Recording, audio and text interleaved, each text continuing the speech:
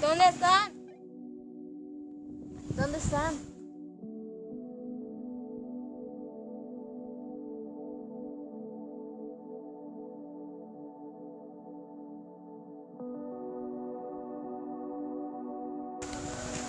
Elías, regresa para acá, viejo. Ten el radio, Dana. Tengan el radio.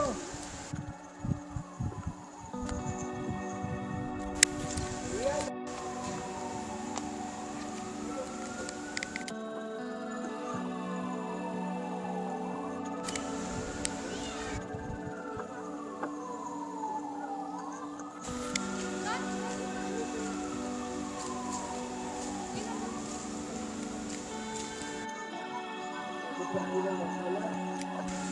¿Tú traes un radio?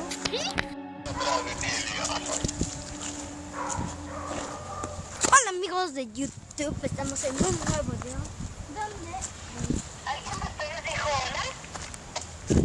No, es que tenemos que... Ay, ¿cómo se llama? Cuando fuimos al bosque, cuando Randonáutica nos llevó a ese bosque, pero encontramos vías del tren. Entonces decidimos explorar para ver qué había y encontramos lo que aparece en el video. ¡Miren eso! ¡Es ropa!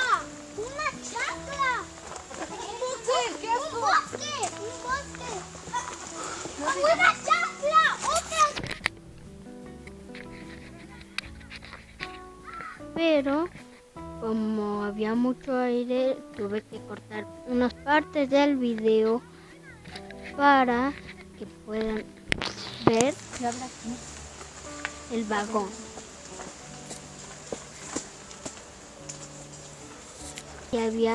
Y empezó a llover y había un buen de aire, no manches.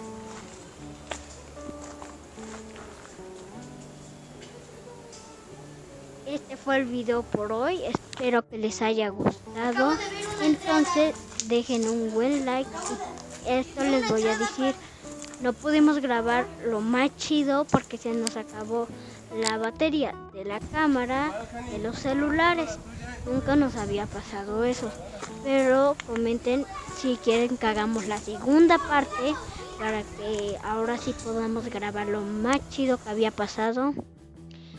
Y denle un buen like, suscríbanse y denle a la campanita.